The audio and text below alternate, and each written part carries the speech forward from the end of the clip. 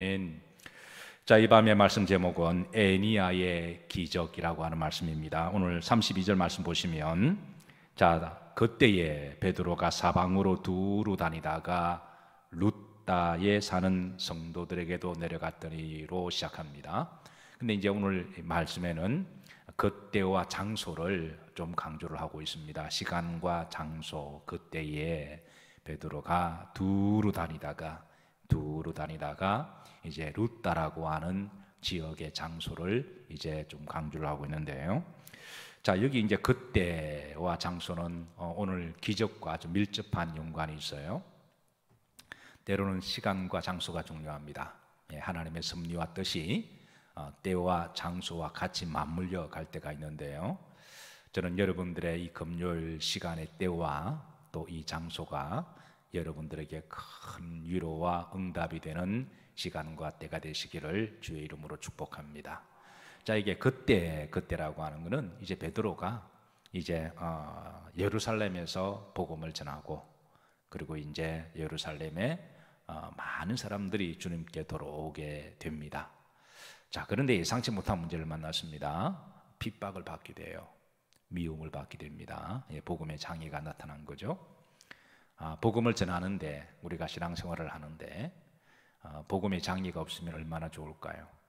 정말 예수님을 믿고 늘 해피하고 늘 이제 어려움이 없이 그렇게 살아가는 게 얼마나 좋을까요? 그런데 우리 기독교 역사를 보거나 성경에 보시면 예루살렘이 이렇게 한참 부흥할 때에 이제 복음의 장애가 왔습니다. 그것도 다른 사람이 아닌 같은 동족 유대인들로부터 이제 장애를 당하고 미움을 받고 박해를 당하게 돼요. 자, 이렇게 되자 이제 예루살렘에서 신앙생활하는 사도들과 성도들이 고민이 생겼습니다. 예수님 때문에 복음을 전한다고 신앙생활을 하는 것 때문에 미움을 받고 왕따를 당하고 때로는 핍박을 당하니까 이걸 어떻게 해야 될 거냐. 겁이 나고 무섭고 두려워서 이 복음을 전하는 것을 주춤하고 전도를 하지 말아야 할 거냐, 아니면 하나님이 뜻이 있으신 줄로 믿고 그런 가운데서도 우리가 영혼 구원의 소중함을 알고 복음을 전해야 할 것이냐, 이 두 가지를 놓고 여러분 같으면 어떻게 하시겠어요? 전자입니까 후자입니까? 우리 신앙의 선배들은 후자를 택했습니다. 움츠려 들거나 그리고 복음을 전하지 않거나 소극적인 그런 태도로 그렇게 기죽어 지내는 게 아니라 오히려 당당하게 하나님의 뜻이 있음을 믿고, 그래서 더 전도의 방법을 찾았는데요. 그래서 그러다 보니까 이제 핍박 때문에 전도의 지역을 유대 쪽으로 그렇게 돌리기 시작해요. 그 장소를 예루살렘에서 유대 지역으로 돌리는데요. 지도 한번 보도록 하시겠습니다. 유대 지역이 어느 지역이냐면 이제 그 사해바다 왼쪽 예루살렘이 있죠. 예루살렘에서 중심으로 해서 그 이렇게 주변이 바로 유대 지역이라고 그렇게 불렀어요. 그래서 예루살렘에서 있지 아니하고 흩어져서 이제 유대 전 지역으로 복음을 전하게 됩니다. 자, 이때 가장 핍박을 앞장서서 했던 대표적인 한 사람이 유대인 중에 누굴까요? 사울이었어요.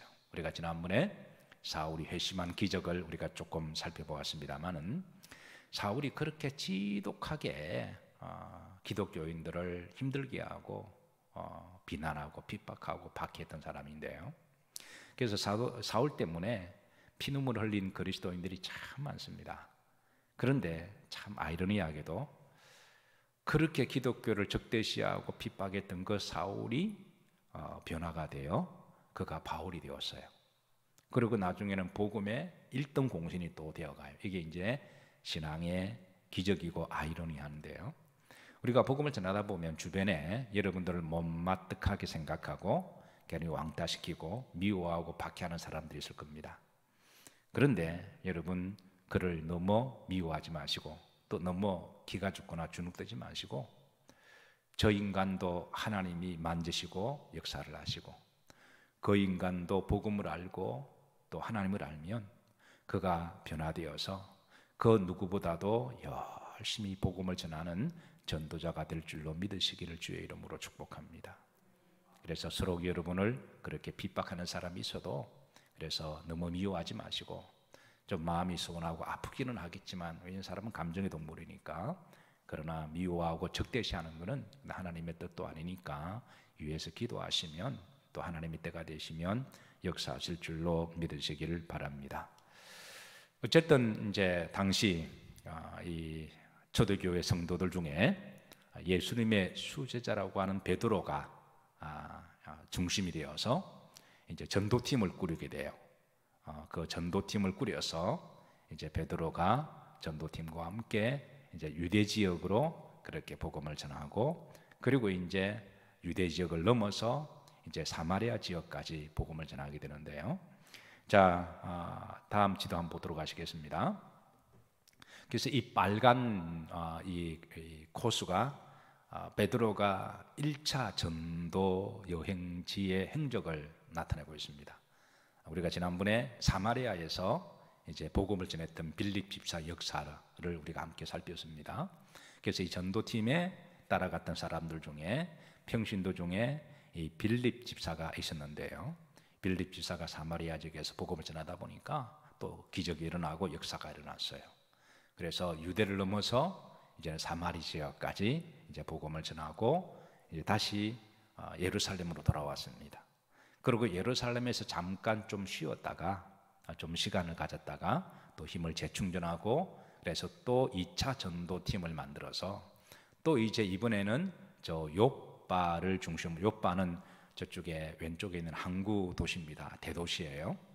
이 요빠가 지금 이스라엘의 수도죠. 텔아비브라고 하는, 텔아비브가 지금 이스라엘의 수도잖아요. 그게 이제 옛 명칭이 요빠라고 하는 이 항구 도시니까, 이 요빠라고 하는 도시가 솔로몬이 성전을 건축할 때 저 드로에서 저 레바논 쪽에서 나무를 전량 수입할 때 요빠에 나무를 배로 실어다가 예루살렘 옮겼기 때문에 이 요빠가 아주 유명한 도시입니다. 그래서 여기에 사람도 많이 살고 있고, 그래서 베드로는 이제 이 요빠를 중심으로 해서 그 사마리아 지역, 저 올라가면 저기 샤론 평야가 있죠.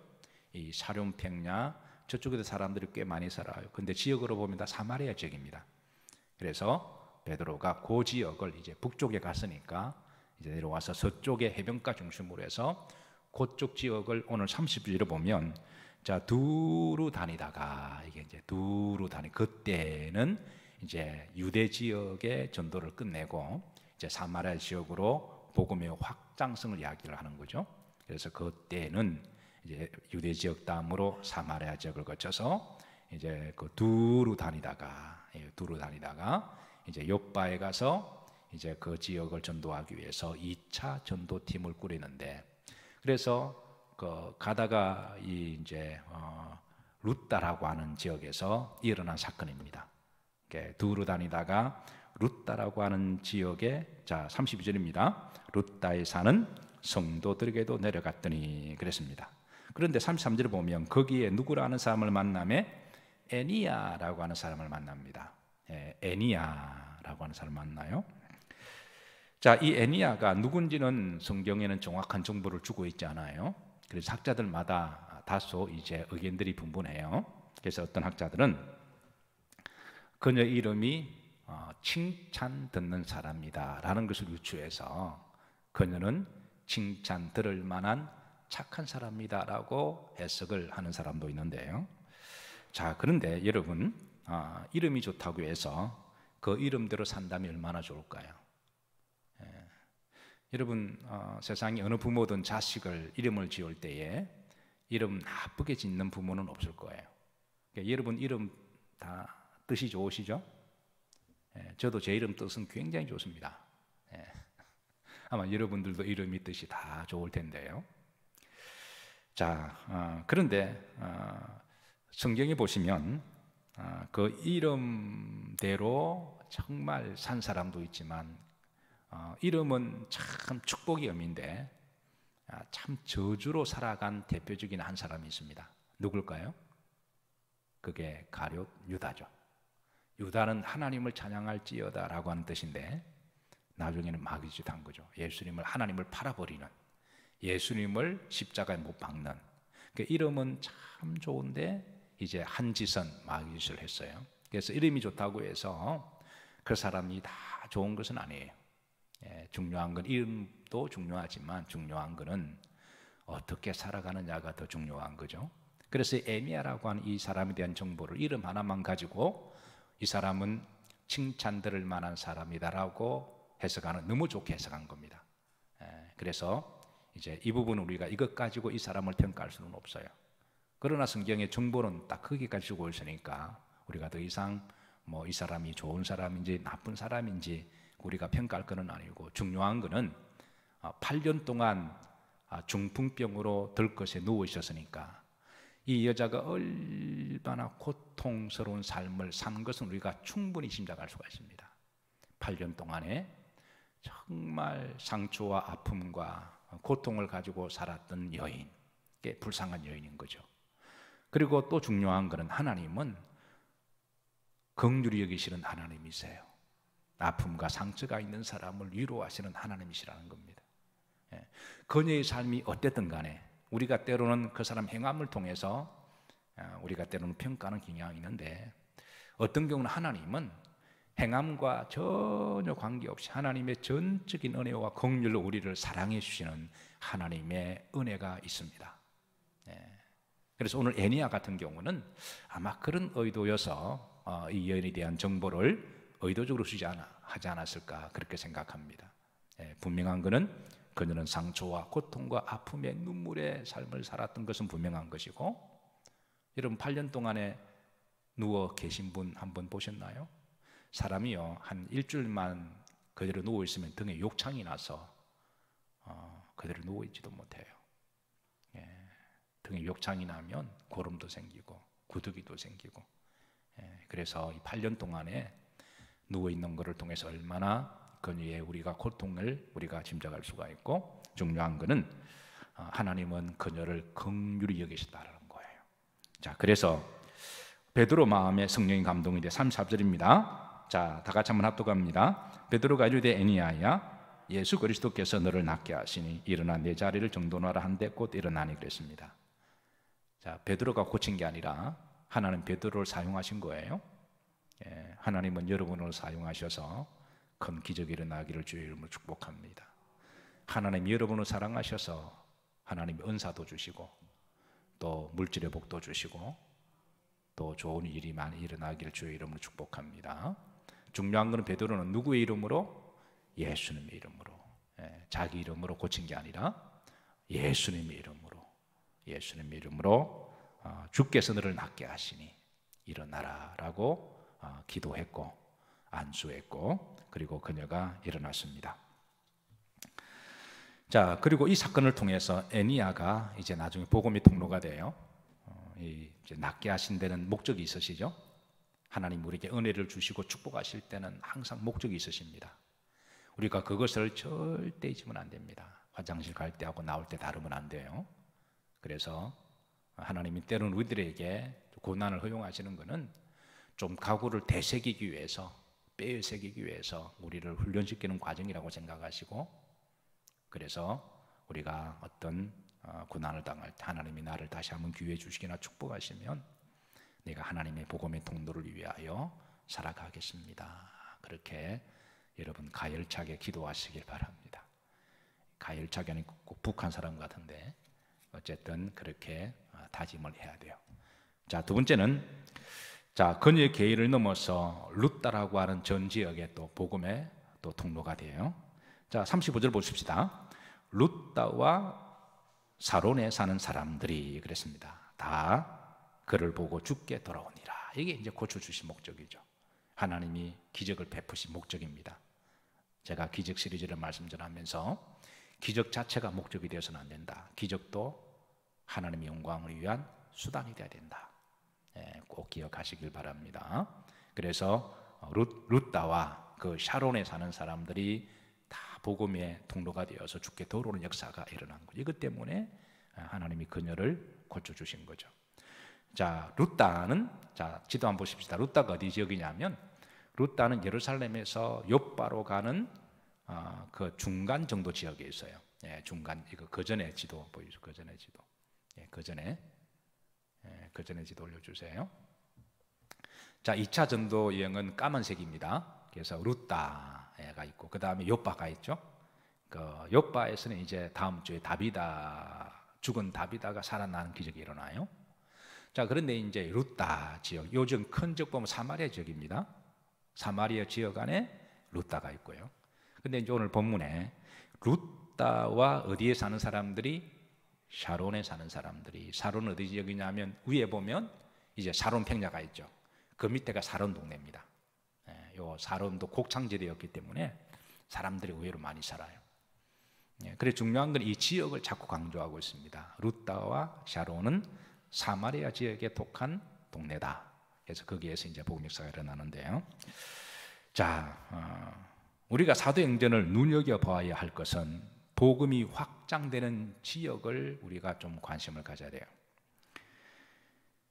자, 요한복음 사도행 1장 8절에 보면 따라서 하시면 오직 성령이 너희에게 임하시면 너희가 뭘 받고 권능을 받고, 자, 그 다음입니다. 잘 아시는 말씀이죠. 예루살렘과 온 유대와 사마리아와 땅끝까지 이르러 내 증인이 되리라 그러셨어요. 자, 주님이 부활하실 때 주신 말씀입니다. 제자들에게. 근데 부활하실 때 주님이 이 중요한 말씀을 주셨는데 그 제자들이 또 부활을 목격한 500여 되는 성도들이 제자들만 본 게 아닙니다. 신실한 이들이 한 500여 명이 다 봤습니다. 근데 이 말씀을 이해를 했을까요? 이해를 못했을까요? 자, 이해를 했다. 손 들어보세요. 그냥 주님이 부활한 거 보고 올라간다 막 이렇게 아마 놀라는 사람은 많았을 거예요. 올라가네. 정말 깜짝 놀라 자빠질 일이죠. 사람이 이렇게 쑥 올라가는데 아마 그 기적에 감동이 되어서 정신을 못 차렸을 거예요. 그런데 그 모습보다도 주님이 하신 말씀이 더 중요한 거죠. 이 말씀을 주님이 하셨는데 이 말씀을 가슴에 새기고 이 말씀을 암송하고 이 말씀을 이해한 사람이 과연 얼마가 있을까요? 제자들이 이해했다 못했다? 이해했다 손 들어보세요. 이해 못했다 손 들어보세요. 손든 사람에게 복이 있을지어다. 이해를 못했습니다. 저는 못했다라고 단정합니다. 왜냐하면 이 말씀에는 복음의 확장성을 말씀하신 거거든요. 그러니까 이 말씀은 예언적인 의미가 있습니다. 자, 성령이 너에게 마시면, 우리가 전도는 성령이 능력으로 하는 것이죠. 내 힘으로 절대 못합니다. 그러니까 우리 전도를 못한다 그러면 역으로 보면 나는 성령의 능력이 부족하다 말이 될 수도 있어요. 전도는 성령의 능력으로 하는 거지 사람의 힘이나 지혜로 하는 게 아니거든요. 그러니까 성령이 너에게 마시면 너희가 뭘 받고 힘을 받고 권능을 받고, 이제 복음의 확장성입니다. 예루살렘과 온 유대와 사마리아와 땅끝까지 복음이 확장될 거라는 말씀이에요. 사도행전은 28장까지 있습니다. 그래서 사도행 1장부터 7장까지는 예루살렘이 부흥되는 역사가 일어나요. 베드로가 전도했더니 설교했더니 3,000명이 들어오기도 하고 예루살렘이 난리가 납니다. 너무 많이 부흥되니까 조직을 위해서, 여러분 어느 조직이든 간에 200명만 넘어가면 조직으로 가야 돼요. 그건 어쩔 수 없습니다. 개척교회 할 때는 이렇게 조직이 뭐고 다 필요 없어요. 개척교회는 그냥 패밀리 같은 공동체 의식을 가지고 숟가락 몇 개고 밥그릇 몇 개, 좀 피곤하기도 하지만 그래도 그건 이제 패밀리로 가야 돼요. 그런데 교회가 점점 부흥하고 200명 정도 넘어가면 그때도 그렇게 하면 안 돼요. 하나님이 그릇에 맞게 하나님이 쓰시기 때문에 그럴 때는 또 사람들이 모이는 곳은 또 조직이 필요하잖아요.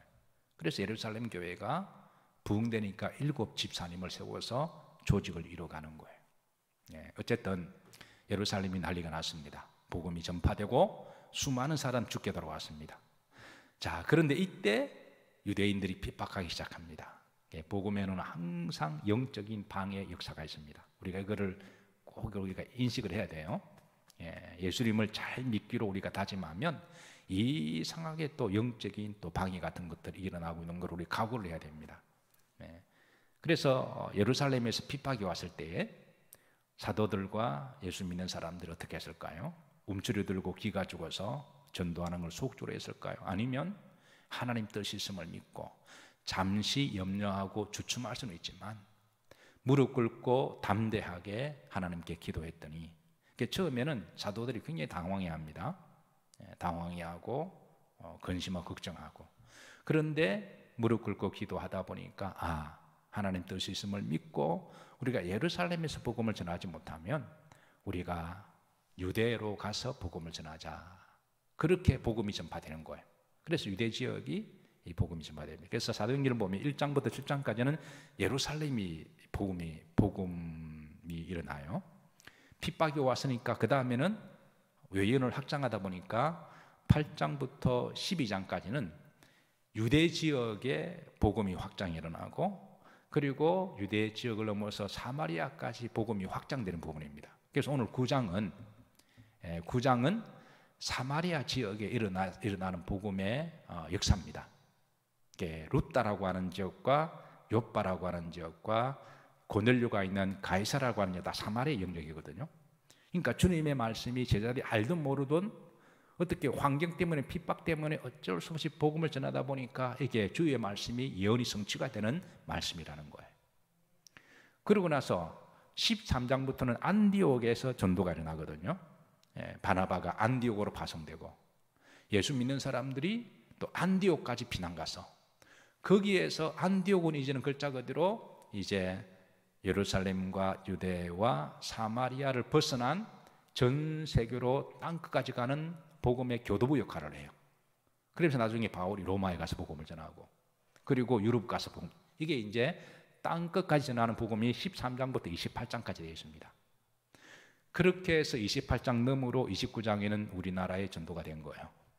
사도행전의 29장 역사는 바로 이제 땅끝까지 전도된 그런 복음의 역사인데, 그게 우리나라까지 전도가 된 거죠. 그래서 오늘 그때예라고 하는 시간과 장소라고 하는 것은 사도들이 알든 모르든 간에 주님이 사도행전 1장 8절에 하셨던 예언된 말씀이 따라서 하십니다. 오직 성령이 너에게 마시면 너희가 뭘 받고 권능을 받고. 전도는 누구의 능력으로 하는 것이다? 성령의 능력으로 하는 거예요. 성령의 능력이 아니고 자기 의지로 자기 입으로 하려고 하다 보면 이게 실패하기가 딱 좋습니다. 그래서 성령이 권능을 주시고 예루살렘과 온 유대와 사마리아와 땅끝까지는, 그래서 복음의 확장성이라고 하는 한 렌즈를 가지고 사도행전을 보면 1장부터 7장, 8장부터 12장, 13장부터 28장까지 이렇게 구분 지어줄 수가 있다는 거예요. 자, 그런데 이 복음의 확장성에 대해서 우리에게 준 영적 레슨이 있다면, 오늘 이제 우리 그리스도인들이 우리가 복음을 전할 때 어떤 전략을 가지고 전해야 될 것인가라고 하는 레슨을 주기도 해요. 자, 첫 번째, 이게 예루살렘 지도 한번 보시죠. 지도 이제 그다음 아까 올렸던 지도 있죠. 여기 보면 이제 예루살렘 있죠. 그 다음에 초록색 원이 유대, 그 다음에 파란색은 사마리아, 그리고 노란색은 땅끝까지. 그러니까 이게 이제 복음의 확장성을 이야기하는 거죠. 그러니까 이거 주님이 하신 말씀이니까, 주님이 복음을 전하는 그런 전략을 주셨거든요. 근데 이제 이것을 우리가 영적으로 레슨을 받는다면, 우리도 복음을 전하는 자잖아요. 예수님을 믿는다고 하는 것은 우리가 복음을 전하는 자다, 그렇게 보시면 돼요. 그러면 우리의 예루살렘은 어딜까요? 나에게 가장 가까운 지역입니다. 내 주변, 내 가족, 내 형제. 일단은 여러분을 통해서 주 예수를 믿으라, 그래야 너와 내 집이 구원 얻을 것이다. 여러분 한 분을 통해서 여러분의 가족들, 친지들이 다 예수 믿기를 주의 이름으로 축복합니다. 이게 우리 예루살렘이에요. 예루살렘. 그 다음 우리의 유대는 어딜까요? 우리의 유대는 내 가장 가까움보다 조금 먼데, 그게 이제 직장이고 이웃이죠. 제가 늘 강조하지만 하나님 우리의 직장을 돈 버는 곳이 아니라 나의 선교의 장소다, 그렇게 우리가 고백하고, 또 선교 사직의 소명을 가지고 여러분 직장에 파송되기를 주의 이름으로 축복합니다. 그러니까 우리의 유대는 바로 우리 직장이나 이웃 사람들이다. 그럼 우리의 사마리아는 어딜까요? 그건 우리 민족이라고 보면 돼요. 우리 민족이 복음화되기를, 우리 민족이 복음화되기를 기도하고. 그러면 우리의 땅 끝까지는 어딜까요? 이제 전 세계죠. 이렇게 해서 이제 복음의 확장성이, 우리가 이런 전략을 가지고 이제 복음을 전해야 되는데요. 자, 그런데 우리가 예루살렘과 유대까지는, 그러니까 내가, 내 가족들, 그리고 내 이웃들, 내 직장에까지는 내 몸이 영적이 미쳐서 우리가 발로 전도하고 손으로 전도하고 섬길 수가 있어요. 그래서 그런 곳은, 내 영적이 미치는 곳에는 하나님이 나를 선교사로 보내심을 믿고, 그건 가족도 마찬가지입니다. 여러분, 영이 다르면 가족이라고 할지라도 서로 원수가 될 수가 있어요. 그래서 가족이라고 할지 영이 다르면 조심하셔야 됩니다. 심지어 부모와 자식 간도 믿음이 다르고 영이 다르면 부모와 자식만 가지고도 여러분 때로는 원수가 될 수가 있습니다. 그래서 믿음이 다르고 영이 다르면 일단 조심해야 돼요. 아무리 형제라고 할지라도, 부부라고 할지라도 마찬가지입니다. 근데 영이 같고 믿음이 같으면 그때는 좀 편안하게 하셔도 돼요. 같은 형제 자매니까 서로의 부족한 부분도 이해하고, 다 그건 충분히 우리가 이해가 되는데, 그런데 믿지 않는 사람들은 가족이라고 할지 굉장히 비판적입니다. 왜? 영이 달라서 그렇거든요. 그래서 그런 부분들은 여러분, 하나님이 나를 가정에 선교사로 보내셨다 생각하시고, 좀 힘드시겠지만 여러분 뱀처럼 지혜롭게, 비둘기처럼 순결하게 그들을 잘 섬기셔서 결국은 여러분들을 통해서 가족이 구원받기를 주의 이름으로 기도하고 축복합니다. 그리고 직장도 내 발걸음이 닿고 내가 날마다 만나는 사람이니까 선교의 장이 될 수가 있는 거죠. 또 그곳에서도 또 누구보다도 열심히 일을 하셔야 돼요. 저는 예수 믿는 사람들이 직장에서 게으르고 장교나 피우다가 인정받지 못하는 것은 저런 큰 복음의 걸림돌이라 생각합니다. 예수 믿는 사람들이 직장에서 거짓말이나 하고 남한테 이기적으로 행동하면 차라리 직장 옮기는 게 낫지 않을까요? 직장에서 좀 힘들지만, 어느 분이 그러시더라고. 오늘 상담할 게 있다 그래요. 뭐냐 그러니까 자기 직장에 자기는 집사인데 그 직장의 상사가 교회에서 직분이 꽤 높다는 거죠. 근데 너무 이기적이래요. 그래서 너무 시험 든대요. 그래서 어떻게 하면 좋겠냐 그래서 제가 아무 말도 못했습니다. 할 말이 없어요.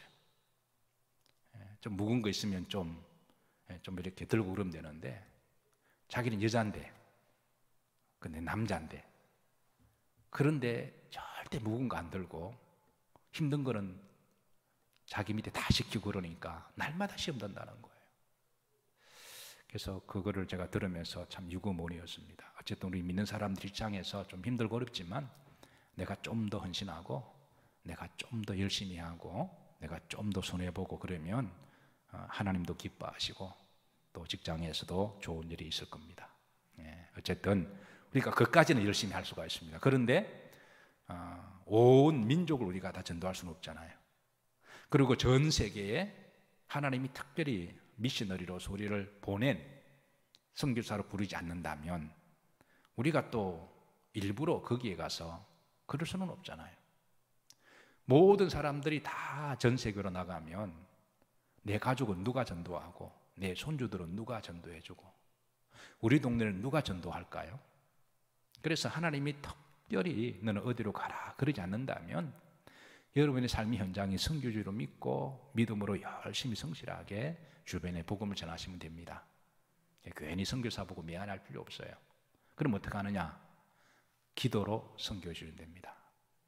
기도로 영적으로 힘이 되어주고, 두 번째는 물질로 힘닿는 한 선교하면 돼요. 그래서 교회에서 그런 선교원금을 모아서 우리가 또 선교를 하잖아요. 그리고 예루살렘과 온 유대는 내 영역 안에서 이게 이제 전문적인 용어 나옵니다. 따라서 하신다. 나와바리. 이게 내 나와바리에서는 내가 열심으로 주의 말씀을 기억하고 이 복음을 전하시기를 주의 이름으로 축복합니다. 또 놀라운 것은 하나님이 영혼 구원하고 전도하는 것을 귀하게 보시고요. 그리고 반드시 여기에서는 영적인 저항도 있다. 꼭 기억하시고, 지금 엄중한 시기에 우리 교회가 또 성도들이 점점 전도에 대해서 너무 움츠러드는 부분에 대해서 너무 안타까운 마음을 가져요. 근데 너무 그럴 필요가 없습니다. 어디든 이 복음의 방해는 항상 있으니까 우리가 다시 이제 하나님 뜻이심을 믿고 우리가 다시 복음을 전할 때 또 하나님이 때마다 도우시고 힘주시는 줄로 믿으시기를 바라고, 저는 여러분들을 통해서 여러분의 예루살렘이 또 여러분의 유대가 복음화되고 우리나라가 복음화되면 우리나라가 복받는 나라가 되는 거예요. 아프간도 복음이 나라가 되면 그 나라 여성들의 인권이 회복이 되고 또 자유가 회복이 되고, 북한도 마찬가지입니다. 그래서 복음화되면 복받습니다. 그래서 이를 위해서 여러분 이 밤에도 중보기도 하시고 또 내 주변에 있는 사람들을 위해서도 여러분 간절히 기도하는 밤이 되기를 주의 이름으로 축복합니다.